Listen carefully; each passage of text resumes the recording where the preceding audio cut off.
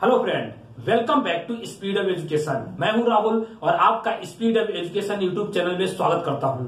दोस्तों, अगर आप हमारे इस यूट्यूब चैनल पे नए हैं तो हमारे चैनल को सब्सक्राइब कर लीजिए, क्योंकि हम इस यूट्यूब चैनल में आपको आरआरबी जेईई से रिलेटेड हर तरह की मटेरियल्स, हर तरह के लेक्चर्स, हर तरह के टेस्ट सीरीज सारे आपको प्रदान करेंगे यहाँ से। ठीक है दोस्तों, तो यहाँ से हम लोग आप देखेंगे कि जितने भी लेक्चर्स हैं, चाहे वो सीबीटी 1 की हो, इसके साथ साथ हम लोग सीबीटी 2 की भी क्लासेस स्टार्ट हो चुकी है। मैकेनिकल, इलेक्ट्रिकल, सिविल सारी की क्लासेस स्टार्ट हो चुकी है। तो हमारे चैनल को सबसे पहले आप सब्सक्राइब कर लीजिए और वीडियो को सबसे पहले आप लाइक कर लीजिए, क्योंकि आप वीडियो को देखने लगेंगे फिर भूल जाएंगे, लाइक करना भूल जाएंगे। सबसे पहले आप लाइक करिए। ठीक है दोस्तों, तो आज हम यहाँ पे उपस्थित हुए हैं एक बहुत ही इंपॉर्टेंट बात के बारे में कि हमको जब हमारा सीबीटी 1 का पेपर होगा, ठीक है, हमारा सीबीटी 1 जो हमारा है उसका सीबीटी 2 होगा। पहले हम लोग सीबीटी 1 पे अगर बात करें तो हमारा देखिए टाइम कम है, नंबर ऑफ क्वेश्चन ज्यादा है।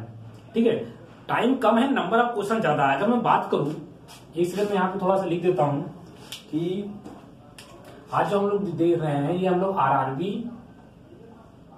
जेईई के बारे में, क्या इसका 2019 का, ठीक है, इसके बारे में आज हम लोग अच्छे से कुछ कि हमको पेपर में क्वेश्चंस को कैसे सॉल्व करना है। ठीक है, आपको भले ही क्वेश्चन सब आता हो, ठीक है, किसी को कॉन्सेप्ट मेथड से आता होगा, किसी को उसका अच्छे से शॉर्टकट पता होगा, किसी को बेसिक मेथड आता होगा। तो हम आज उसी बारे में बात करने वाले हैं कि हमको किसी भी क्वेश्चंस को अटेम्प्ट कैसे करना है। देखिए, पेपर में बहुत सारे क्वेश्चन आएंगे, टाइम कम रहेगा, ठीक है, क्वेश्चन ज्यादा रहेंगे तो बहुत ज्यादा अंदर से एक्साइटमेंट होता है, बहुत जल्दी जल्दी काम को करना पड़ता है। तो इस चक्कर में कोई भी क्वेश्चन गलत ना हो, तो ये चीज के लिए सबसे पहले आपको मैं यही चीज डिस्कस करने वाला हूं कि हमें पेपर में क्वेश्चन को कैसे अटेम्प्ट करना है। ठीक है दोस्तों, सारे सब्जेक्ट की मैं बात कर लेता हूं, चाहे मैथ हो, चाहे रीजनिंग हो, चाहे आपकी जनरल अवेयरनेस, जनरल साइंस, या फिर जो सीबीटी 2 में हमारे मैकेनिकल, इलेक्ट्रिकल, सिविल या जो भी ब्रांच होंगी और उधर जो रेस्पेक्टिव सब्जेक्ट होंगे, सबके बारे में हम लोग सबके लिए कॉमन टिप्स है। ठीक है, बहुत ही एक इंपॉर्टेंट टिप्स है, इसको अच्छे से सुनिएगा, ये समझ लीजिए, आप इसको एक तरीके का टिप्स समझ लीजिए। ठीक है, तो अगर बात करूं हम पेपर की सीबीटी 1 की अगर मैं बात करूं ना दोस्तों, सीबीटी 1 की, तो सीबीटी 1 में टोटल आपके पास 90 मिनट का टाइम है, ठीक है, और 100 क्वेश्चन है। ठीक है दोस्तों, कितने क्वेश्चन है? 90 मिनट में आपको 100 क्वेश्चन करने हैं, मतलब कि टाइम कम है और नंबर ऑफ क्वेश्चन ज्यादा है। तो आपको एक क्वेश्चन आपको 50 सेकंड के राउंड में करने पड़ेंगे। तो आपको देखिए, हर क्वेश्चन को करने के 3 मेथड होते हैं।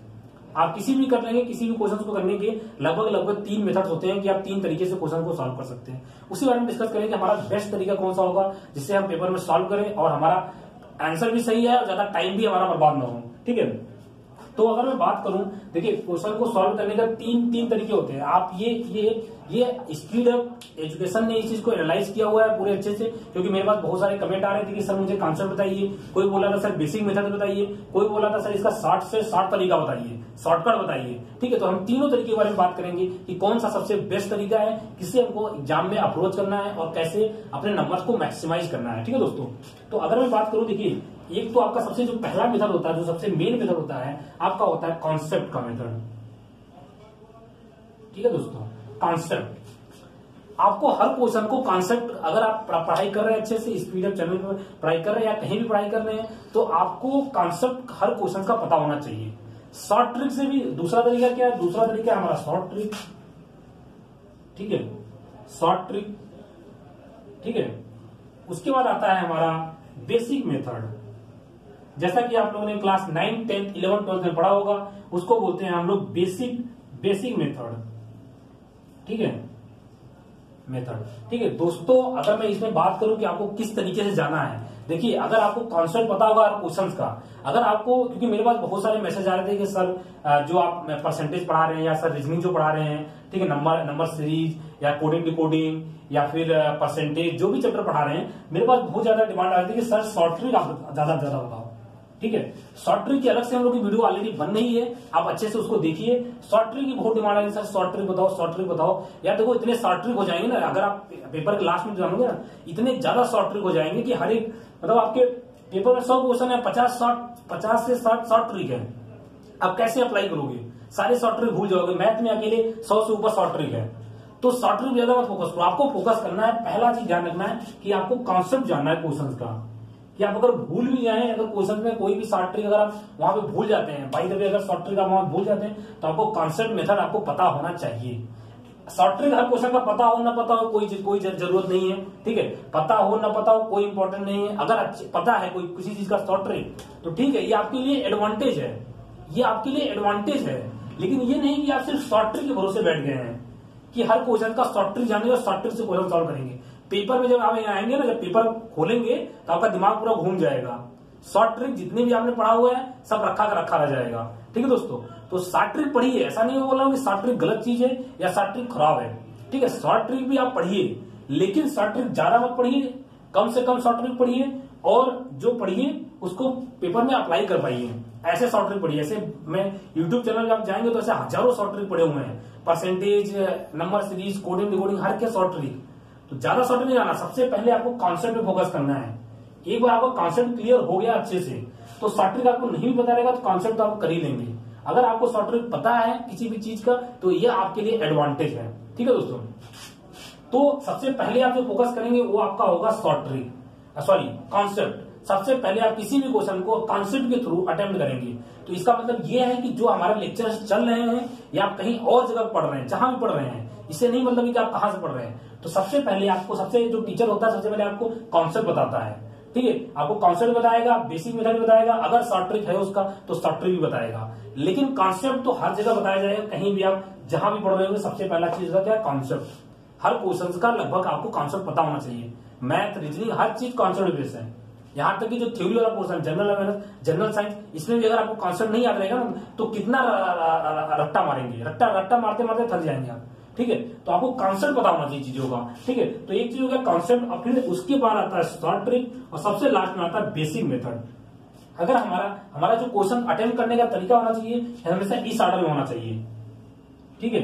सबसे पहले आप कॉन्सेप्ट लगाएंगे, ठीक है, कॉन्सेप्ट लगाएंगे, कॉन्सेप्ट और शॉर्ट ट्रिक। अगर कोई शॉर्ट ट्रिक से क्वेश्चन हो जाता है, शॉर्ट ट्रिक्स हो जाता है नहीं, तो पहला आप ये ध्यान रखिए बहुत ज्यादा शॉर्ट ट्रिक पीछे भागने की जरूरत नहीं है। शॉर्ट ट्रिक के चक्कर में हो जाए आपका पेपर खराब हो जाए।